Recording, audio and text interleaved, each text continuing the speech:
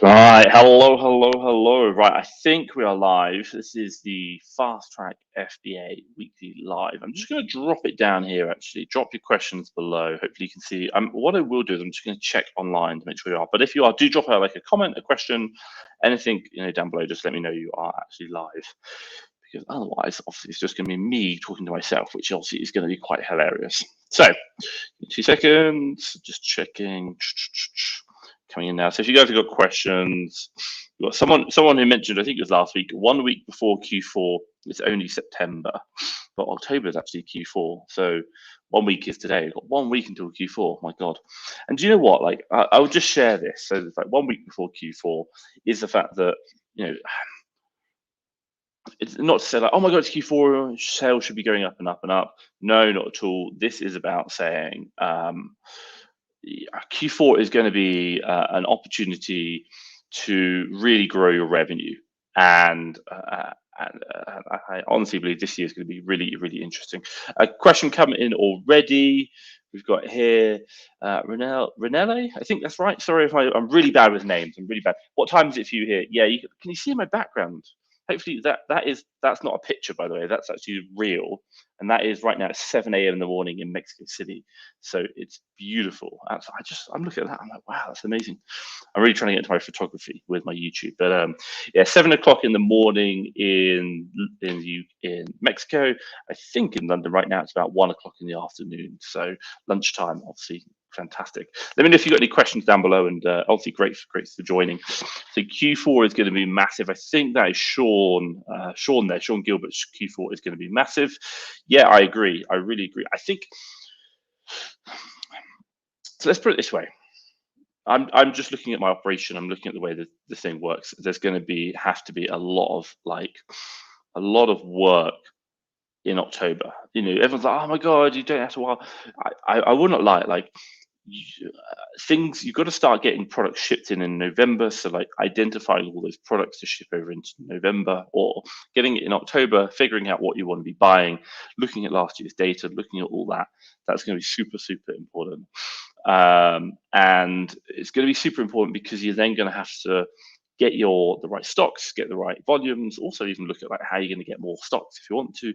Like, I'm challenging my team right now, challenged spending about, I think it's about £40,000 a week. We want to see if we can double that. That's not small. That's a big thing. There's money in the bank. We need to get it spent. So how can we spend it? Operations, a lot of operational issues there. To really logistics, physically spending it all, doing it all, it's going to be really, really interesting. So something certainly interesting. Just kind of a couple of questions to come through. We got fantastic. Yeah, it's really beautiful, and I hope that's in regards to my background. Look at that. That is gorgeous. I woke up this morning. I was like, wow, and that is an amazing view. Honestly, I'm not gonna lie. I'm not trying to get my focus back. I'm not trying to like big up my view, but like just to wake up in the morning and see that, I'm really happy. Hence why I live in Mexico, and I think it's gorgeous. So thank you very much. Thank you. Honestly, come join me. Come join me. I'll be here until June next year, and then I'll probably go to the States for like a couple of months. So yeah, Harminder is saying, "Hey Tom, how's it going? I saw your Never Mind the Buy box. Fantastic. Yeah, all good. Obviously, very last minute thing with Matt over in Never Mind the Buy box, but nice obviously to get a chance to obviously speak with him and to share my thoughts. And hey, my God, I don't know if it's like, you just kind of talk, don't you? I don't think we really talked much about Amazon. It was really good. But hey, guys, if you've got any questions for like Q4, anything maybe you're a bit worried about what you're doing, I'll go through it again, like what I'm doing, how I'm doing it. But do drop it down in the comments below. I use this time because I'm here to help you guys, like in your businesses and what you're doing. So if you don't know, I do coaching, and I'm actually saying don't pay for my coaching, because you can just come on this call and I can kind of really help you out with them. So if there are any questions you want to like ask me, feel free to drop it down below. So honestly, really good, and hey, it was great to be on Never Mind the Buy box. Really nice. Hey, I'll go meet Matt in the UK when I come back in December. So I'm going to be around about the UK for about a month, I think, provisionally, depending on COVID and depending on lockdown, which is another reason why Q4 this year might be something completely different. So let's just kind of go through a couple more questions. If you guys have got questions, do drop them down below. So Facebook user, hey TP, sales have started to rise for me already. I'm taking 2 weeks off in October, but everything is in place, so I don't have to worry about it, but I probably still will. It's just the very nature. Hey, you know what? The one thing which I'd probably say is like, this is a marathon, not a sprint. We're not here to, my God, there's always hype about everything. Like Q4 is coming, Q3, Q2, Q1. What do you need to do this week? Oh, you need to do like Amazon Europe. You need to be getting involved in the IOSS scheme. You need to be doing this. You're like, there's always, my God, like, we always talk about it. And I think at the end of the day, we're here to run a business which is helping our lives. So hey, if you're having some time off, fantastic. Honestly, really, really good. I think that's some really wise decisions. And my God, we all need it sometimes. We can get too caught up in it. And the last thing you want to do is build a business which you hate. Like absolutely hate them. Q4 is going to be a really busy time, and I don't deny there's a lot of opportunity to make money, and it does get really like wow. But I do think you need to say, look, just make sure it's balanced. And if that means taking time off, fantastic. If it means like working super hard now and January's your time off, fantastic. So honestly, really, really well. I'd love to know, question for you. You said you've got everything in place. What does that mean? Tell me about that. Like, what does everything in place mean? How's it going to operate? What's going on in the business? So let me know in the comments down below. That's really good. But hey, thanks for joining. Thanks for the question. And if there's anything I can help you with Q4, or maybe even like getting everything in place, just let me know. Cool. Harminder said, are you hiring more VAs specifically for Q4? We've already done it, I think. So if you want to know, it gets a bit complex. UK business, we have 5 sourcing VAs. We've just hired 3 more. And we've got 2 purchasing managers, or 1 purchasing manager, 1 purchasing assistant, and 1.5 admin VAs. So, because we kind of split them across different businesses. So that's what we got. So we've hired the additional 3. Now, if you want to know the long-term reason is why, well, number 1, it's going to help with Q4, but number 2 is when we come into January, I want to start looking at wholesale in the UK, and there is a reason behind and what we're going to be doing. But also as well, we're going to be looking at possibly opening up Amazon Germany. That's very much on the books, very much thinking about that. And the result is we're probably gonna move one of the purchasing managers for purchasing people from the UK over to the US, over to Germany to get that set up. So that's just provisional, but then we'll hire a fresh team for it as well. We won't move the team over, we'll keep the team in the UK. So we're just hiring now. My God, because there's opportunity. Like, I don't know if you ever watched my, if you ever watched my Facebook, if you want to, just Tom Parkinson, you can add me as a friend. But one of the things I did do is I posted, actually, I'll get the picture.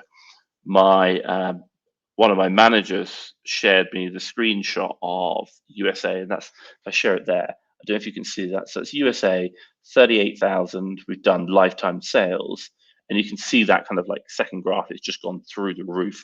And we've still got another 4 days of USA to come back in. So that's currently like $20,000 in a month, and we've still got more opportunity to grow. So USA is doing really well. Hopefully we'll try and get that up to like 50,000 a month, and then by that time, for Christmas, 50,000 a month. We're very happy. And then obviously push into the EU next year. And those businesses will still run. So that's specifically something that we're doing about Q4 in regards to VAs. Yes, we're hiring more. Because also it's a great opportunity. Like, oh my God, you're spending like £400, you're going to make way more than that back in Q4. As long as you've got the money, that's the important thing. Guys, you've got questions, drop them down below.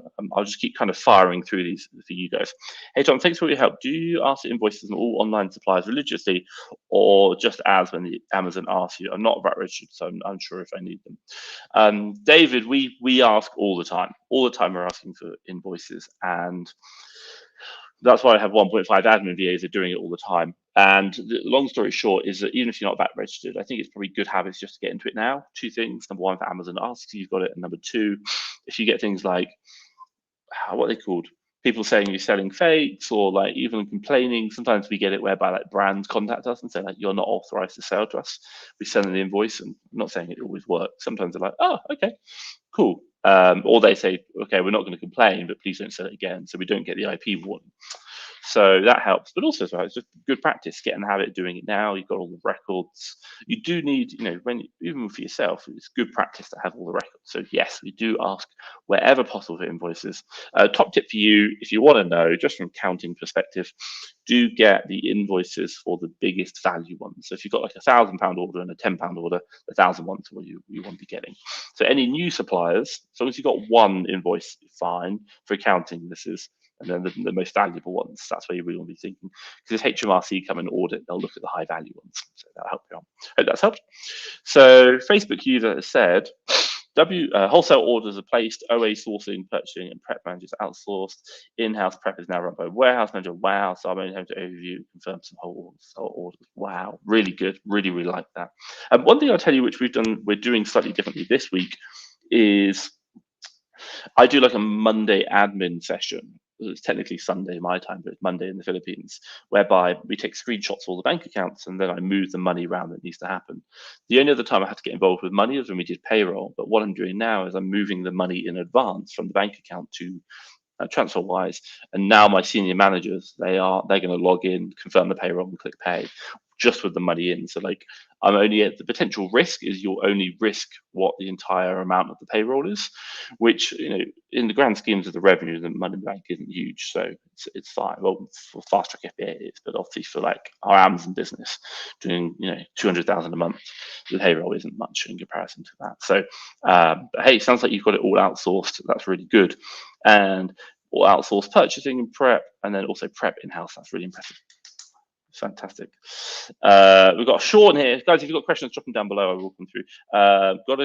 Got to target how big you want to sales to be in this day, in this Q4. Sales to be in a day. I'm not interested in a day, Sean. I'm really not. Like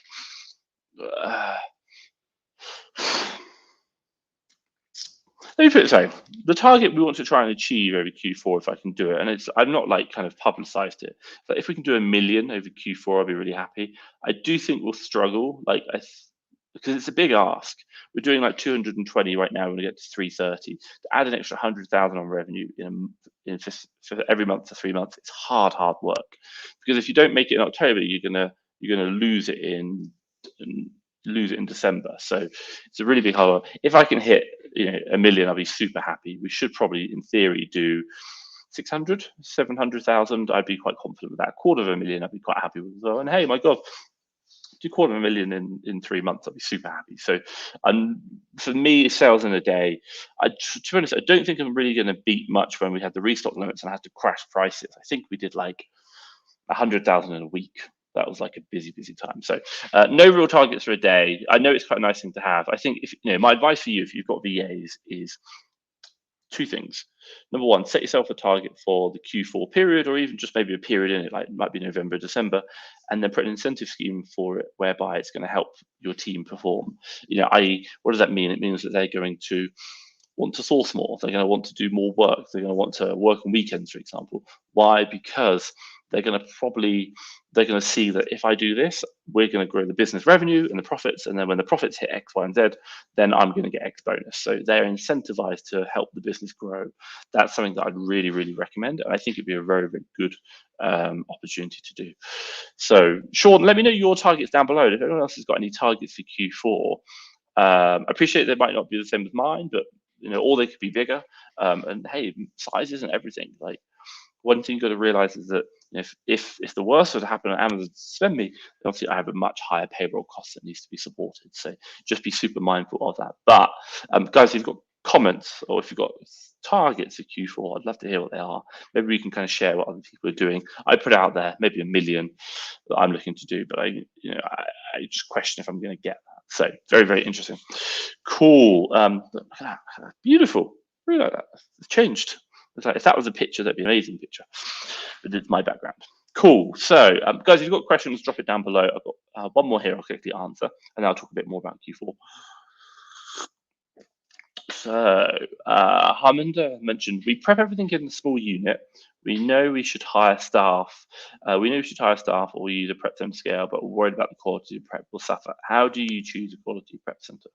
There's some good ones out there, honestly. Like the 2 that it's not really my place to comment, because I don't even use them. So I would go into the Fast Track FBA Facebook group, have a look at the prep centers on there. I'll say the US, I use one called American Warehouse in the US. I don't know about any others, but in the UK, there's quite a few good ones. A couple of ones that you might kind of mention are like Fast Pack FBA, not Fast Track, Fast Pack. We Prep FBA seems a good one as well. Lots of positive reviews about that. But I would just kind of like maybe get a short list, have a look at the group. It's kind of been asked quite a few times in the last week or last month, and just kind of like see what people say, and then also contact them. If you're going to ask me, one of the big things I'm really looking at is communication. Why? Because things are going to go wrong. That's a fact. And if they go wrong, then it's the communication which is going to protect you. Now, we know we should hire staff or use a prep center to scale, but worried about the quality of prep will suffer. Let me put it this way. Same thing with VA, same comment or same kind of thought process. No one will ever do a prep as good as you. That's a fact. Why? Because it's your business. You have more care than anyone else, and obviously you're going to do it to a higher standard. That's just a fact. But the question you want to ask yourself is, where do I want to take this business? And when I'm on that journey, or where I get there, do I see that I'll be able to continue doing the prep myself at that time? Now, I'm sure the answer is probably no. When we're growing to the point where we want to be, me or you doing the prep isn't going to be helpful. Like it isn't going to be viable. So once you know that future, and that's an important thing, and that's why I'll always say that, like, where do you want to go? What does that future look like? And once you understand that future, then you can start saying, well, look, it's just not feasible that I'm going to be able to I'm going to be able to do this. So we're going to have to change. Then the next question comes is, if you know you're going to have to change, then the next question comes is, well, what's the best opportunity I can use? What's the best prep center? That's going to change your mindset, because you're right. No one will ever do it with the quality that you do. That's a fact. But what you're looking for is that the question I'd ask is, if you know you're going to have to change, well, you're going to have to accept that it won't be as good as you. And then number two is the fact that have other people have managed to use a prep center, so they've managed to do it. So why? Surely you can repeat that. It's not been too much of a problem. Like, you still get the odd problem every now and then. Like, I promise you that. Even at our level, we do like 10,000 units a month.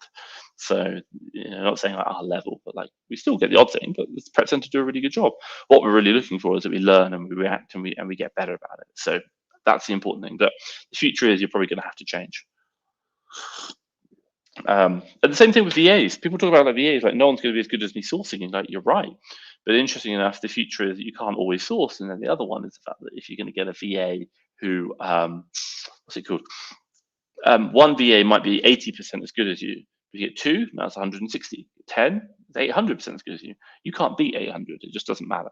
It doesn't happen. So Jeff was never going to do the whole of Amazon on his own. It's not possible. So very interesting question. I really understand what you're saying. I really do. But I do just kind of question and say, hey, look, no one's ever going to beat you. But ask the future. Where's the future want to be? And then you'll know the answer to the question. It's good. And hey, and then you can, the next question is about, how do I find a good prep center or the best one, and constantly keep them standard. Hey, really, really good question. I hope that helps. Let me know in the comments down below. Guys, if you've got questions, do drop them in the comments down below. It's just going to be me sat here talking about Q4 and drinking coffee with my beautiful, sorry, I do just love that background. I really do. Absolutely love it. Right. So we got here, Sean's come back in. Hey, Sean, loving it. Are you out in the van at the moment, Sean? That's what I always like to know. Where are you at the moment? Obviously, what's going on, and how's obviously the fuel crisis in the UK? Everyone's talking about. I've seen lots of memes with Teslas going, "Oh, the filling up today was challenging." Not so.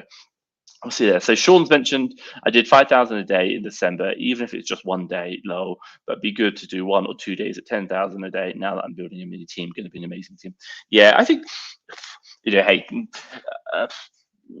where you put your energy is what will happen. And I think it's fantastic. 5,000, even 10,000 a day. Wow, that's absolutely amazing. Absolutely amazing. I think what do we do now? I'm just checking. So yeah, we're doing like, I don't know, we're probably, Sean, same to you, we're probably doing, I think this week we've probably averaged about 8 grand a day. So 8 grand a day, maybe if you can double that, you'd be quite happy. So, but again, like, revenue is vanity. at the end of the day, what I'd really recommend is just look at what's the bigger picture, what's the whole thing you want to achieve, and consistent sales and delivering and optimizing it for the best. That's going to be the best thing. Yes, we love 1 day targets. My God, see how it goes. I would probably not target. I personally, I won't target an individual day. I don't think it's beneficial, but I do think over the whole period, what we're trying to achieve, and what does that look like targets wise. I'd be probably looking for, if I was going to do a challenge for a day, it would be spend. It wouldn't be revenue. I'm not interested in revenue every day. I'd be very much looking at, can my team spend 5,000 in 1 day on stock? Can they spend 10,000 a day on a stock? If they can do that, that's going to lead to the result. But what I'm not interested in is the result itself, because they can't really control that. I'd much rather give them a spend target. And I think that'd be a much better opportunity. And then that's going to deliver. So that, hopefully that's kind of like a thing. But for me, I just wouldn't do like, it's nice, definitely, when you see it. My God, we all love looking at that. I'm just looking at those. Like, when you see the graph, you're like, well, hey. Like when you look at the graph, you're like, wow, yeah, celebrate that, definitely celebrate it. But just make sure that you understand the measures that go into that, and then focus on those measures, focus on the controllables, because that's going to be the point that's going to make a difference. So I really think that's where I would be focusing my energy and what I'd be doing.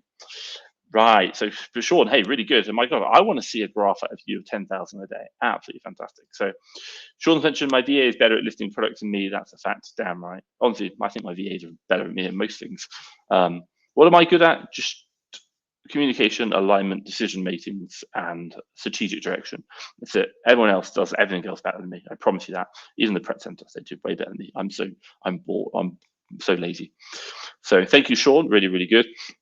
Sean's also mentioned not at home, collecting boxes, all sorting out royal mail. So hey, doing a good job. How tidy is a house? Obviously, scale of 1 to 10. Is it tidier or less tidy than it was when I went there? If you want to know, I met Sean, and I'll probably come up and meet him again this year if he's available, and see his house. Should we say has a lot of stock in it? I won't deny that. That's putting it politely. So let's continue on. So Harminder says, yes, that really does make sense. Here's a question, Harminder. Are you now thinking that perhaps maybe you will outsource and look at those, or you're like, I'm still not sure because the prep won't be of the quality? Let me know. I'd be interested to know. Let me know in the comments down below. So David has commented, first month, and I found out a lot of my prices have been tanked to stay competitive. I've had to manually drop prices on everything pretty much. My planned ROI was 40%, now like 12. Any suggestions? Really interesting. 1 second. So great comment, great question. Top tip for you, couple of things. Do some analysis on it. So like when you bought them, when you reviewed the deals, what was happening, and now given time, what have you seen since? Now, why do I say this is the fact that, what's it called? I say this because when you're just kind of starting out, you do make a lot of like, it's learning. I'm not saying mistakes, it's learning. Oh my God, I still make mistakes today. But if we talk about like a keeper chart comes in, buy box price comes along and then it goes up, and then that's the price today. So like here, and you're like, yeah, I'm going to make 40%. And then obviously it comes down again because everyone else sees that. So that could be one reason. I don't know. They could be here forever looking at lots and lots of different reasons. But I would really go back through all the deals you purchased and really just do that analysis. It's going to help you understand what's happening. It's going to help you understand what to learn and then to improve on. Long story short is, what you're really trying to do is understand that when you buy 10 deals, 1 or 2 will do really well, 5 will do what is expected, like 3 will break even, and 1 or 2 you'll lose money on. Like that's just the very nature. It's because we work in a market, and market forces, i.e. you buy like something from the Playmobil store, for example, and everyone jumps on the sale. So everyone buys the same products, everyone's getting in this listing, and it's no longer profitable. So for you is kind of just go back and do that analysis. That's the most important thing. I can't tell you what the exact answer is because I don't know the products, nor do I know what has happened in the global market. But I think for you is you've got to do that analysis, because this is about feedback, you learning from what's happened and gone better. So, the question for you is ROI 40%, fantastic. Got 12. Interesting. Some of your products are probably still making 40%. So be interested to know why, what are they, and what's happened. So that'd be the very interesting one. Do that analysis on that. And then obviously you said about anything else going down to like 12. I'm sure that's probably the worst case. And now be looking at going like, why? What's happened? Is it certain suppliers? Did I buy that in a certain sale? Did everyone else have it? How many sellers have gone onto it? It's gone crazy. You'll start to identify like, I can see a deal now when you look at it and go, looks like a good deal, but I know it's going to get crashed. So you just don't bother. Very, very normal. That's something very normal, but hey, very, very interesting. A great question. I think just really do the analysis, keep a chart, learn to keep a chart, and really do the analysis on, it's a retrospective looking back. So that's good. So let's kind of jump in. Sean's coming back in. Guys, if you do have questions, maybe you've got something about Q4. I appreciate a lot of this isn't Q4, and the title today is Q4. Drop it in the comments down below. Let me know. So, so I've slowed my business down, investing in the business onwards and upwards from here. Need to take loans and debt to stop being afraid.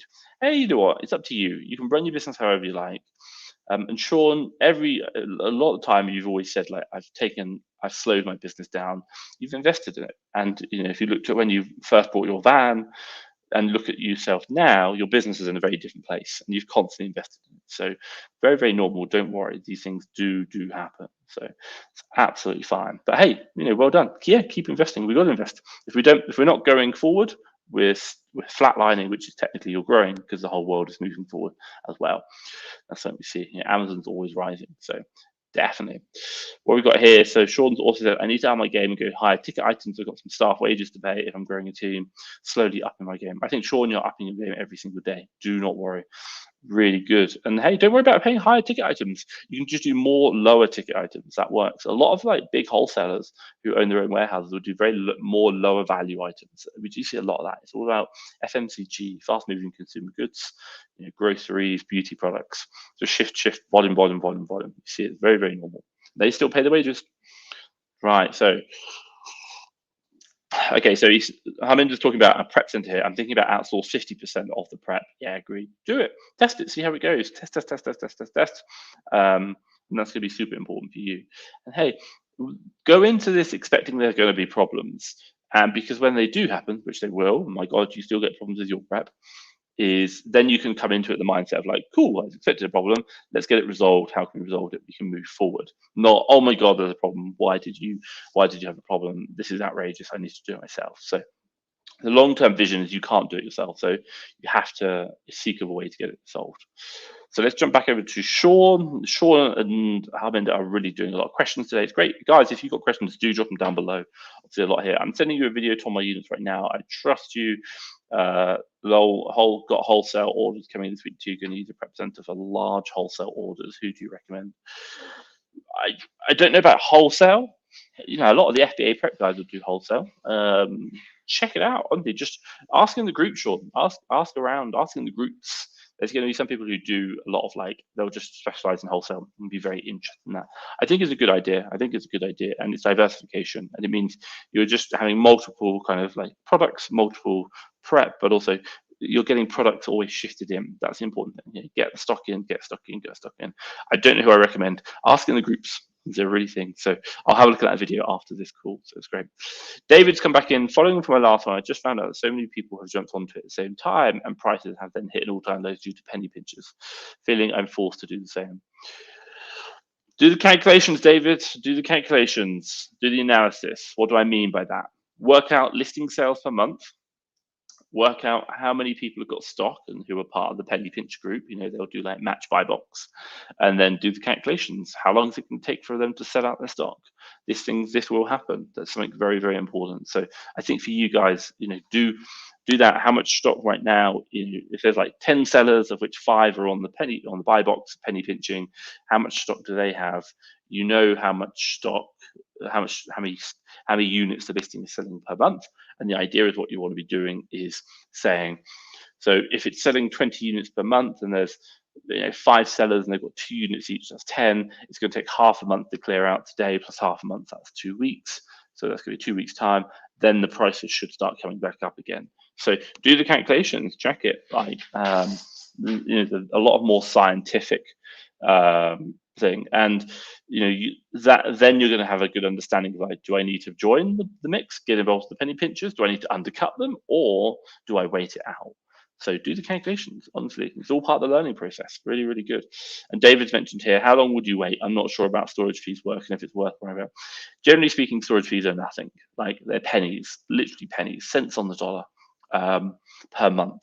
So unless you're like holding too much stock, like waiting an extra month, you might get an extra, I don't know, pound profit. That's going to more than cover the storage cost.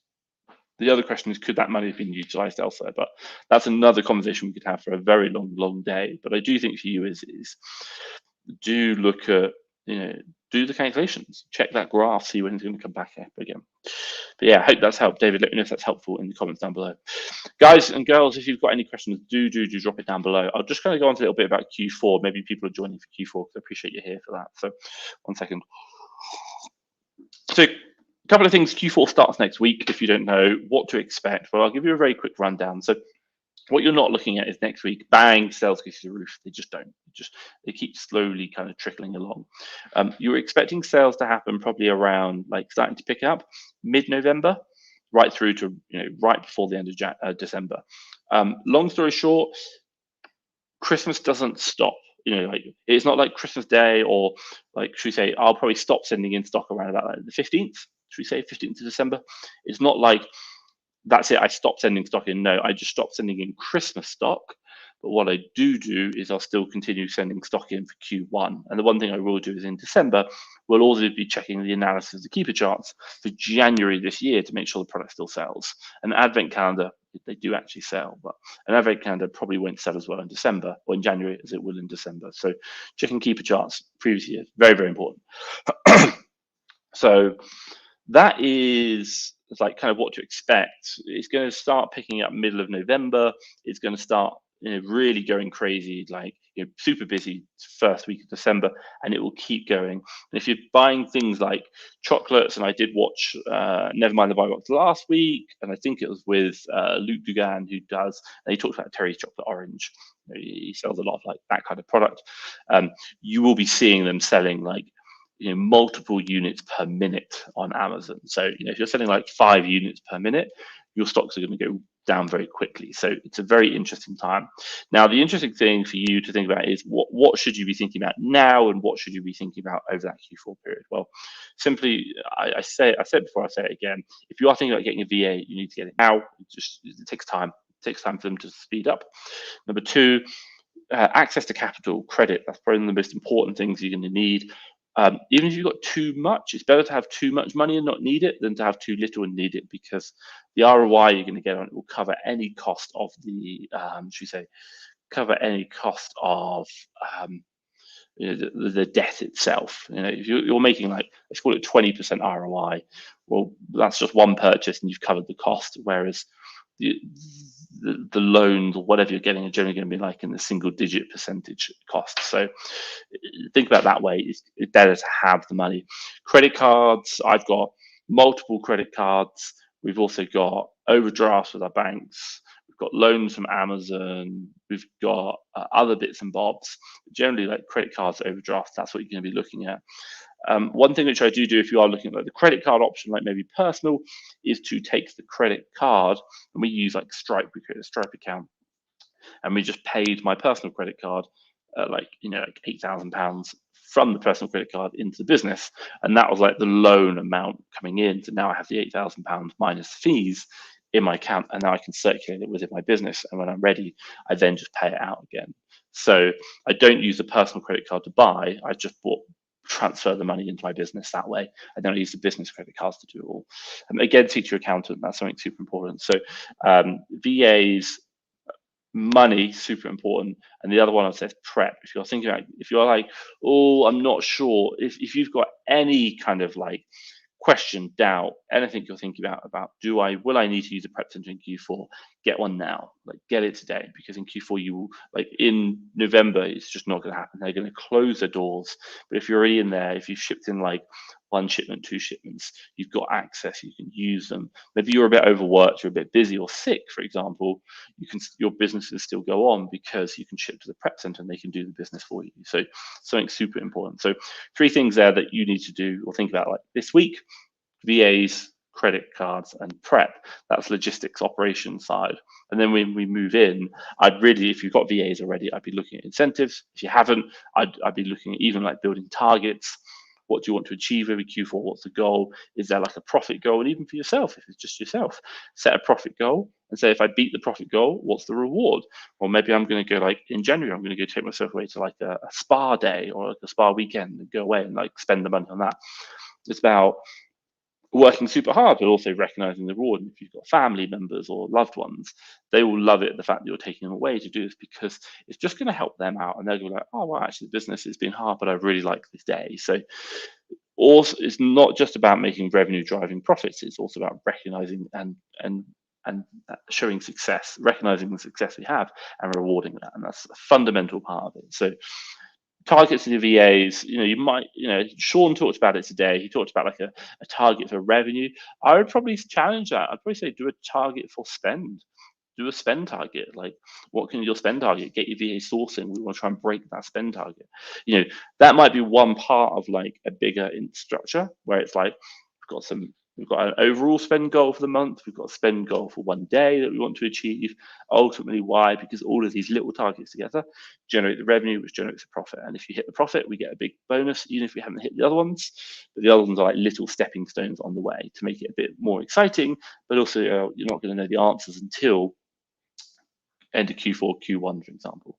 So what I'd really say is probably wouldn't do targets on the results or the outcomes. Do the targets on what you can do for the inputs. That's the important thing. Like, you might spend 5,000 in a day.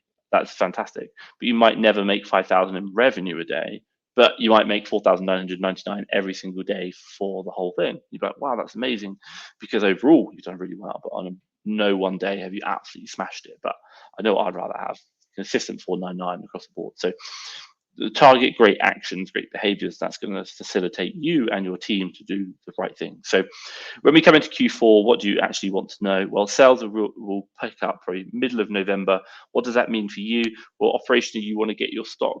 If you're going to ship in more volume, more bulk, have it in, you want to have it shipped in or starting about the very 1st of November. If you're holding it for a week or two, it's not a problem. Just be mindful. Like right now in the UK, there are delivery driver problems. So like, if you think about pallets, you might want to switch over to boxes. That could be a quicker way of getting it in. You might also just think about buying from suppliers. That's going to be a problem getting in, but also getting into Amazon's warehouse as well. There could be problems whereby there's just too much stock going in and not enough people to actually pick it up and get it into Amazon, or the other way, get it back out from Amazon into the customer. So it's going to be super interesting. I don't really know. Might be that even merchant fulfilled becomes better than Prime because you just can't get the distribution networks to deliver. That's going to be a very interesting point. Then, so get your stock in. I'd probably actually plan to get it in earlier than you would normally because of the distribution problems with HGV drivers. And then the idea is to say that you're just going to keep those sales going. It'll start to pick up. It won't go like normal, crazy. You'll go like normal, and then when you're in it, and you'll realize it because you'll be like, wow, this is selling really fast. But I wish I chipped in more. So this is about having faith, like believing in yourself, believing that sales will come, and you do see it. Like if you've ever got last year's data, you'll see like you shipped in 100 units and they're gone in like 2 hours. You're like, whoa, that's pretty scary. So it does happen. And then the idea is that just keep shipping up until probably about the 15th, 12th, 15th of December. That's going to be your the cutoff period for Christmas related stocks. You're still going to continue shipping, still sending in items. But obviously, like I said, everything you send in from about 15th onwards will have to be able to sell well in Q1 as well. Be mindful of that. Now, one of the questions people always ask is like, what kind of product should I be looking at? Well, long story short, the good kind of rule of thumb is, can you gift it? Is it a giftable item? If it is, you're going to see sales increase. So let's kind of get a little bit more specific about what we're talking about. So if you can gift the item, if it's likely to be a gift, a present that you're going to put under the Christmas tree, or that is going to be used within the Christmas period, i.e. like Terry's chocolate orange, for example, might not be a gift, but you might actually just have them available. People buy them for the Christmas festivity, something to eat, something to have, then you'll probably see increases. Now, the bigger the like if you had to rate it on a scale of 1 to 10, this is a really giftable item, or like this might be gifted, it's not so much. That kind of gives you an idea of how much more it's going to sell. If we're talking about like Lego, for example, you probably see like maybe up to like a 10 times increase in it.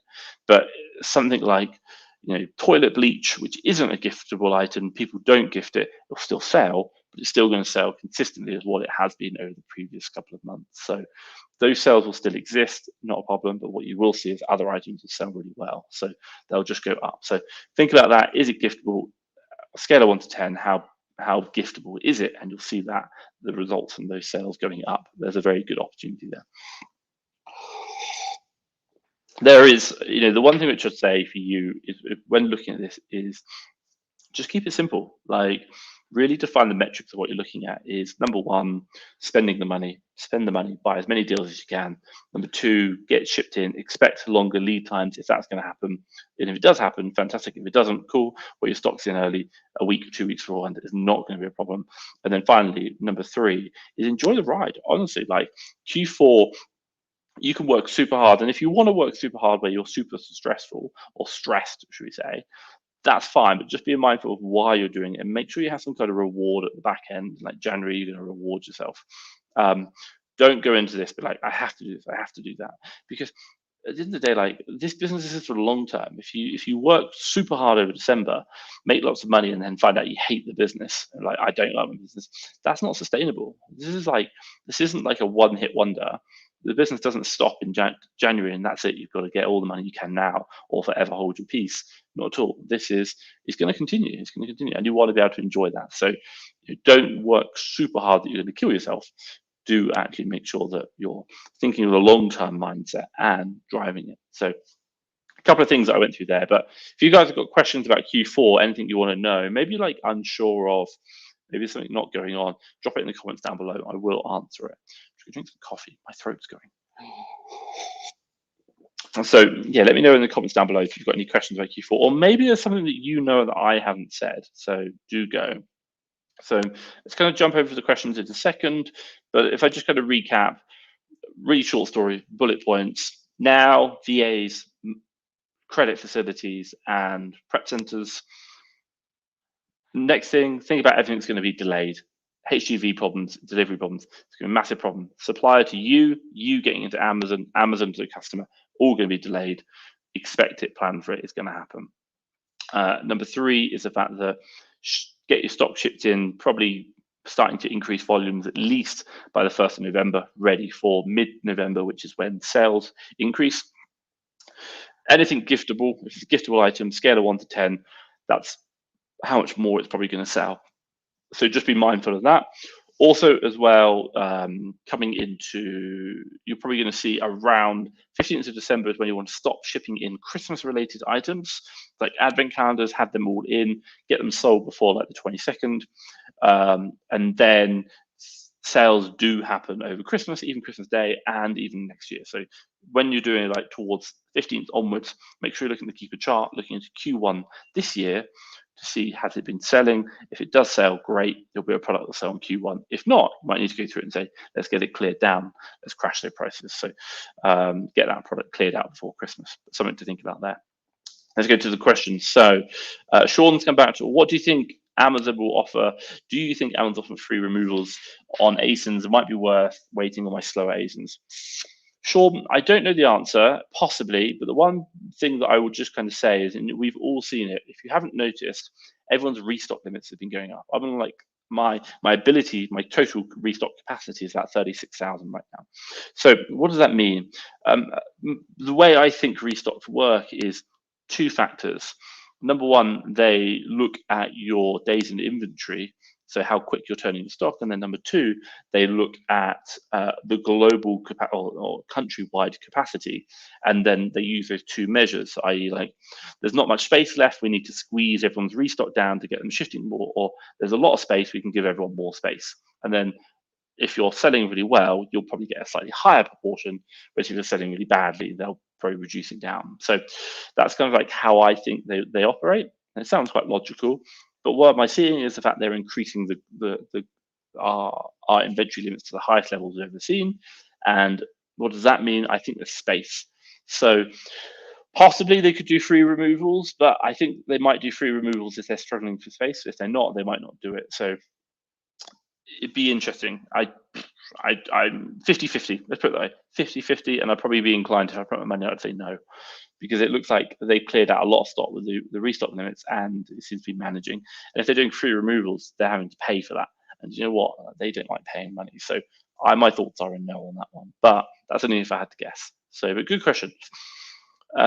David's come back in. I'm not VAT registered. Is it true I can request Amazon to remove and refund the VAT they've charged on the fees until I come VAT registered? David, yes. It's a weird situation. You need to speak to your accountant, because the way it kind of works is, if I'm just going to explain it, there is a group, Emily Knowles created something in another group. So the way it works, if you want to kind of understand, and my understanding is not perfect, Amazon charges the VAT from Luxembourg. Now, when they charge the VAT from Luxembourg, they charge it to your business because they think you're not a business. They just do it. And what happens is because you're a business, they shouldn't be charged, or they don't have to charge you. They shouldn't be charging you because they can say you're a business, you shouldn't be charged it, because you will charge it. You will tell the government that you're a business and that you have been charged something in a different country, and they do something called what's known as EC reverse charge, whereby they tell the government they're charging it to you, but they don't actually charge it, but they account for it. But on the other hand, because you're in the EEC, European Community, you also tell the government, hey, I should have been charged for this, but I haven't been charged, but we've both accounted for it. So while no money was actually charged, in our accounting, we have actually accounted for the VAT. So why do I tell you this? Well, interesting enough, because you should account for it, even though you're not being charged it. And what does that mean? It means as you reach the VAT threshold, you'll reach it quicker if you're doing that, because there's VAT on the sales or VAT on the fees, which maybe you might not account for correctly. So typical VAT threshold in the UK is 85,000. You might hit it at like 80,000, honestly, because you should have been charged the VAT on the fees that made up the £80,000 worth of sales. But Amazon never actually charged you, but you should have accounted for it, and as a result, you should have known. So it kind of brings it down. It's not perfect. It's a very messy situation, and that's why they can not charge it. But I think that's something just to be mindful of, is that from an official accounting perspective, my understanding is the fact that even though you're not technically paying it, you should still account for it, and as a result, it will impact your VAT threshold and bring it down slightly. But honestly, like, this isn't financial advice. This isn't financial advice, and you need to speak to your accountant.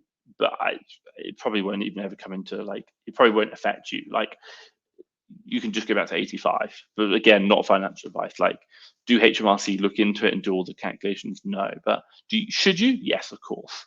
It's all part of being proper financial advice. So again, not financial advice. Speak to your accountant. You can get them to remove the VAT on the fees. It does happen, but just be mindful it does happen in a proper world. It will impact you. Right, let's kind of go on. I've got about 10 minutes left. So guys, if you've got any questions, do drop them down below. Q4, anything I've said, even USA, if you want to ask, not talked about USA or even VAs. So Hyman just said, I've seen in your previous videos in the last year, you've always done well with cashback sites. Is that strategy still lucrative for you? I probably earn less cashback now than I used to earn. Why? Because we make more, not only we make more money, we make more money from the sale of the actual goods. Put it this way, when you're doing, when you're spending like 1,000 to 5,000 a week on stock, 5,000 a week on stock is quite a lot. doing cashback through like complete savings at £250 a month is a lot easier because you're doing small orders, lower value, it works. Now, 10% on that is really good. I used to probably make over £1,000, a month, pretty much very consistently on cashback. Very nice bonus. But the problem comes is that's doing like a 1,000 or 5,000 a week spend. Now we're spending 40,000 a week. You just can't do you can't manage like the higher cashback savings. So again, I'm a big believer in KISS. What do? I basically just put it all into top cashback. I probably do, I don't know, probably about 1,000 a month now in cashback as well. But obviously, you can top cashback and Quidco, they're the two that we use. That's it. We do factor it into our P&L as in the final net profit figure, but I don't factor it into any kind of like calculation. So we do, it's still lucrative, it still works, but it's not as lucrative as percentage as what it was. So you can definitely do it, but I think it's a real advantage when you're small, you have time and you can do that. So we have I think at one point we had 4 complete savings accounts. Right now we don't have any. We don't use them at all because it was just too much of a hassle and it was a pain. So we don't bother to use top cashback and they don't have any problems. So I hope that answers. And it is lucrative. I think if you're starting out, it's an amazing way to add some extra money in. Sean's come in. We're at 20,000 units so far when it updated today. I don't know what we're at. I've not looked. But yeah, like, hey, 20, that's it. There's so much capacity there. Like they wouldn't give you 20,000 units in the Amazon warehouse if they didn't have the capacity. So what does that tell me is that will Amazon do free removals? Maybe, but like I don't think they will because they've got capacity and they don't want to spend the money. If you want to remove it, you have to do it yourself. That's what I think. So possibly, we'll see. I don't know. I'm not Amazon. Callum has come in. Do you factor cashback into your sale price or just bonus? Bonus. Never in the sale price. We only ever do it like voucher codes because they bring the price down. So why do I say that? The way we do it is we'll buy a product, we'll factor it into the sale. We'll buy a product with cashback. We'll buy a product, we'll put that into our P&L software, and then we'll get an ROI out of that, and that's great. But then at the same time, also we're using cashback. The cashback comes in like 2-3 months later. So what will my team do? My team go through the cashback websites and they only look at cashback that's actually being paid, not cashback that's being like unconfirmed or like declined, just paid. Like physically, we've got the cash. That's it. We take that amount every month and we add that amount into our net profit figure at the bottom, and that gives us our total net profit figure. So we do use cashback into our net profit figure, but we don't use it into anything to do with the actual cost of goods sold, the price, or anything like that. I don't deny, like, what we might do sometimes is there's a really good deal and there's some really healthy cashback, and we know we're probably going to get paid. It's not a problem. We might kind of go a little bit under our criteria because, like, let's say I think there's one time I remember when I bought like Durex condoms. I spent like £2,000 on condoms. It was like a 74% off voucher code that had a 20% cashback as well. It was super profitable anyway, but I was like, man, like even if I wasn't making the money off the condoms themselves, I would be making good money off the cashback, and I'd probably get the cashback. So I'd be like, hey, you know what? It's not really too much effort to go dump £2,000, £3,000, £4,000 on these condoms. Let's even if I was making very small profits, the cashback alone would be quite nice. But that'd be an exception, not the rule. And I don't think it's good business practice because, my God, if I jump in now, top cashback, like I think a quarter of all our cashback gets declined.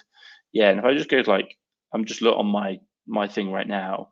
We've currently got, so like total amount claimed is 7,760 and declined is 1,300. So, you got to think about that. It's like pretty much like a quarter, maybe a bit under 10%, 15 to 25% is getting declined. So it's going to be interesting. So I don't include it in. Callum, let me know if you do in the comments down below. Guys, that's pretty much all the comments so far. If you've got anything else, I've got another couple of minutes to go through, but let me know any questions down below, anything else maybe you want to hear about, or maybe something like the next live, you'd like me to do a live on, something to focus on. But really, I'll try and make these very much like conversational Q&A just to support you guys. A lot of people who ask me for like coaching, I do say come to these lives, because obviously like my coaching is not cheap, and these lives are obviously free, and I can kind of help you out with my thoughts behind stuff. So maybe if you've got something like Amazon UK, USA, Q4, even like VAs, do let me know in the comments down below. Or hey, maybe even if you like, Sean talked about it, like targets.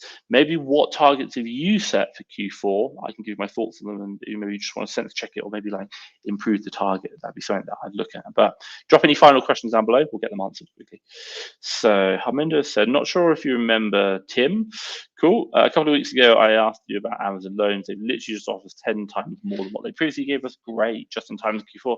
Fantastic. Yeah. Hey, well done. Like I say, well done. Like two things. It shows that Amazon likes your business. Obviously, you're hitting the metrics that they go by. But here's a question: are you going to accept it? Do you like it? Do you want it? And also as well, loans are great, but just make sure you have a plan. That's a really important one. Like right now, we've got so much money set in the bank we can't use, but the plan is that Q4 we're going to try and get involved with it. So it's been a bit frustrating, sat there for a couple of months with tens of thousands of pounds in the bank just doing nothing. But it's going to be helpful. But hey, well done to you. You can do it. Are you going to take the loan? What's the situation, and how are you going to deploy it? There's like a big question in space. Great, my God, scaling your business, absolutely scaling. David's coming in. What percentage of your deals that you source end up becoming replenishables on a consistent basis? I'll tell you this one. I've talked about it a lot, but you need to first of all define what you define as a replenishable. So my definition of replenishable is any ASIN that I have purchased more than once in the last year. So it could be that I purchased it once in February, and now I'm purchasing it again in October. To me, that'd be replenishable, but between February and October, it might not have been a good deal. So I call it every year. That's my definition of success. If you were going to use a very kind of classical term of replenishables, i.e., what do we call it, whereby you can buy it today and you can keep buying it ongoing, like I would be surprised even if it's single digits, like 2-3%, maybe. I wouldn't even say that. But if you wanted to know how many are replenishables under my definition, which is a product we can rebuy more than once in a year, that's it. It's just more than once in a year. That is 85% of the products we buy are products we've already purchased at least once over the last 365 days. So you've got to be very careful, because people's definition of replenishables are very different. So define that. That's the most important thing. My God, my throat is going. So yeah, I think that's a really important one, because so many people talk about replenishables and you're like, it's very different, like it's very different. And don't look at your business and be like, oh my God, Tom's doing really well on replenishables, 85%. My definition of replenishables is very different to a lot of other people's. I think that's super important. That's something to understand. So just be super mindful of that. That's going to be very, very important for you. So I hope that helps. I'm going to wrap it up there, guys, pretty much because time is coming up. I just want to say a really big thank you to everyone who's joined, asked questions, and even watched. It's been a real pleasure to share with you. Q4 is coming. It starts next week. Don't worry. Don't be stressed. Just have a plan, work the plan. Slow and steady. We'll win the race. We'll win the race. Remember, set your goals. Top things. Just have like a spend target. Have a spend target to go through. It's going to help you out, and that's going to be my most important thing. I've talked about Q4, like what to expect. Now, credit, loans, credit, prep, and VAs. Those are things you should be looking at. But also just be mindful, HGV problems are happening, fuel prices problems are happening. Is that going to impact delivery times? That's going to have a real ongoing effect over the next month, 2 months. Q4 could be impacted quite heavily by it. So just be prepared.